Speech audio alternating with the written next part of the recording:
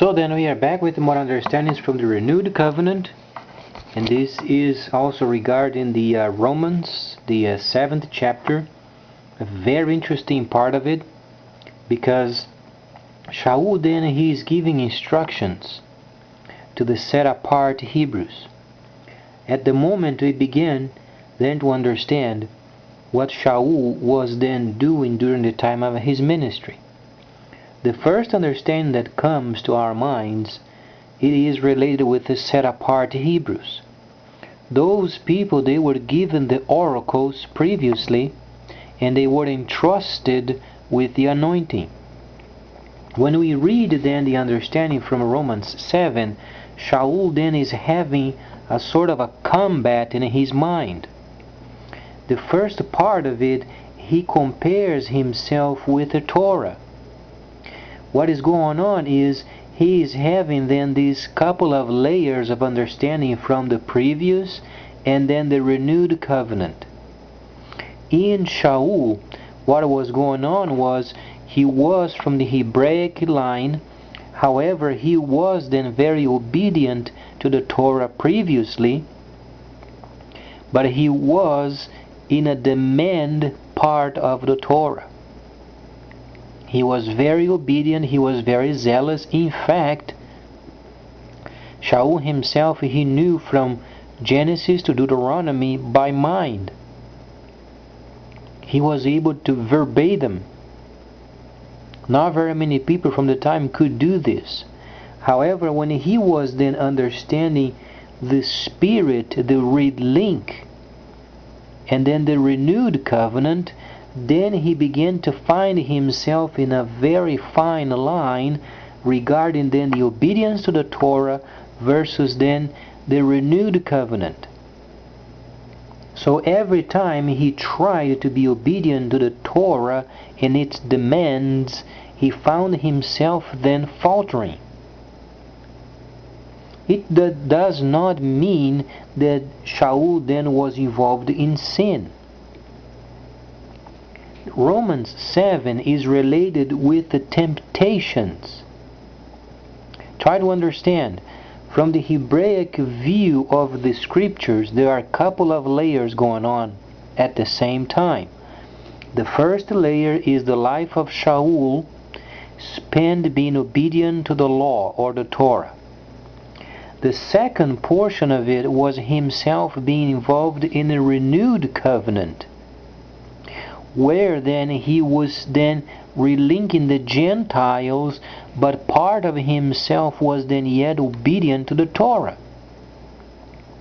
So every time he would then think and understand the Torah as he was taught previously, he found then himself faltering. It does not mean he was in sin. Every time he did understand the area of the demands of the Torah. Try to understand demands. When he was thinking of the demands of the Torah, where then animals were sacrificed, then he found himself short. He would sense in his flesh the temptation coming to him, because then the renewed covenant was then part of his life. It's not negative.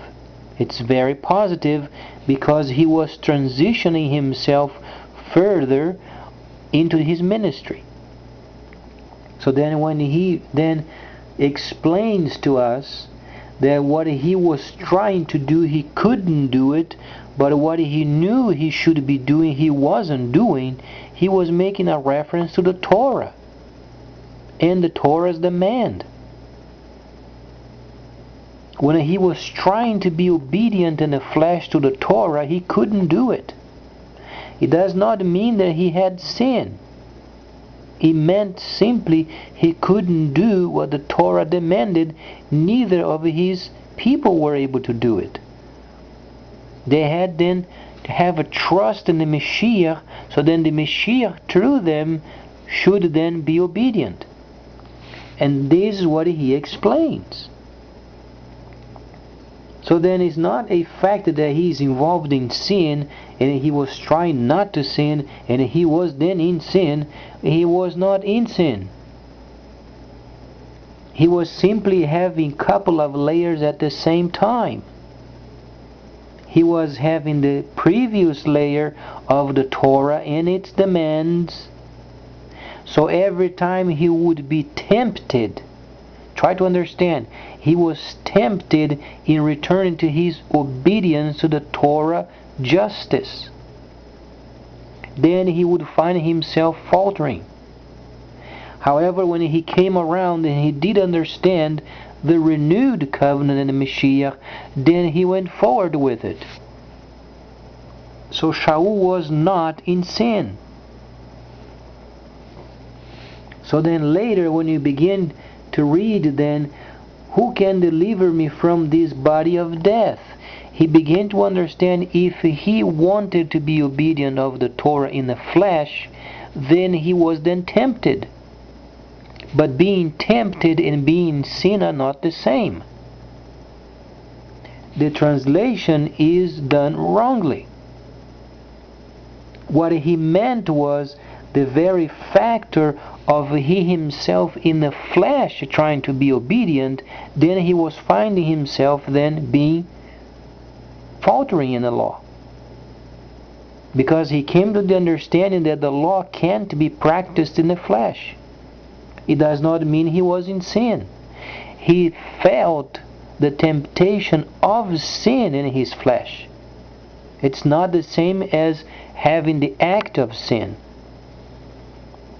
So then, couple of layers then you do understand.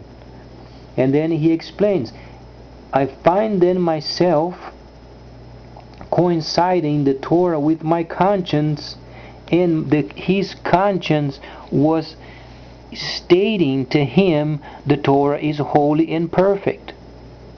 He wanted to be obedient, but every time he tried to do in the flesh, then he would find himself faltering.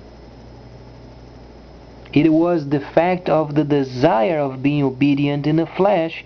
However, he then did understand the factor of being obedient then in a renewed covenant.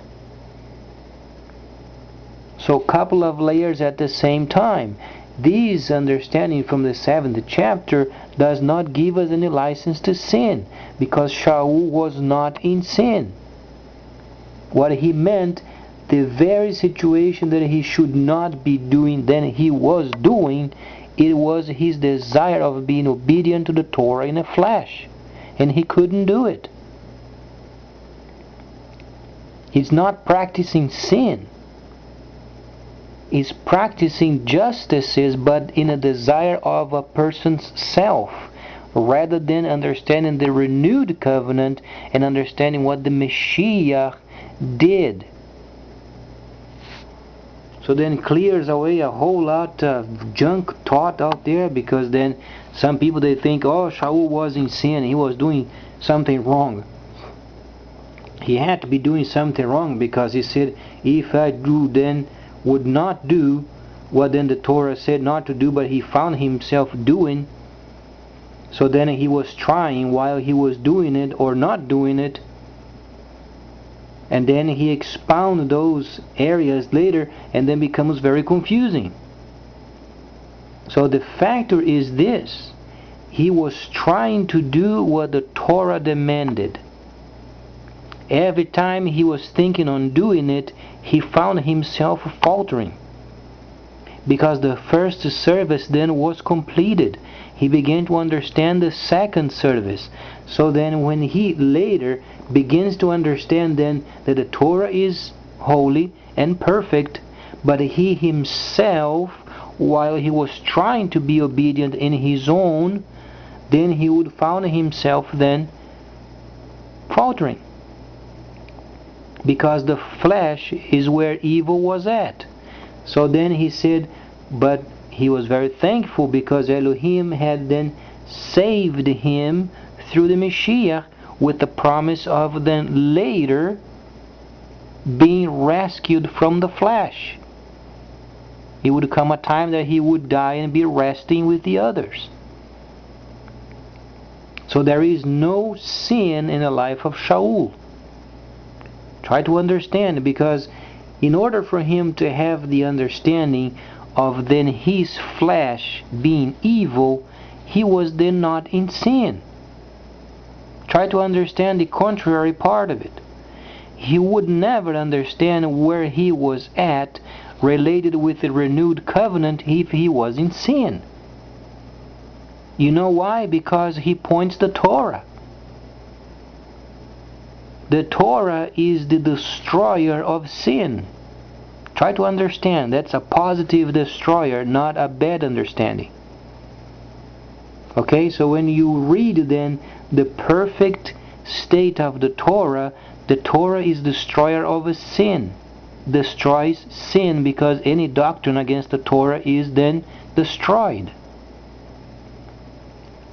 But then the word destruction is including or excluding from the holy laws.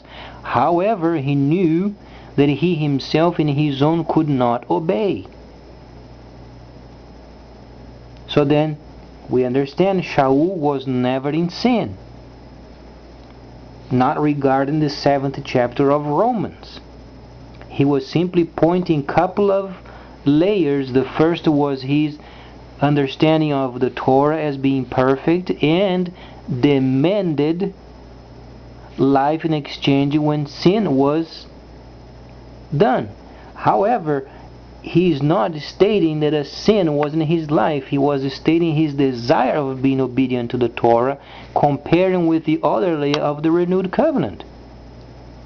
So then clears away a whole lot junk out there, people thinking that Shaul was in sin when he was not. He was never.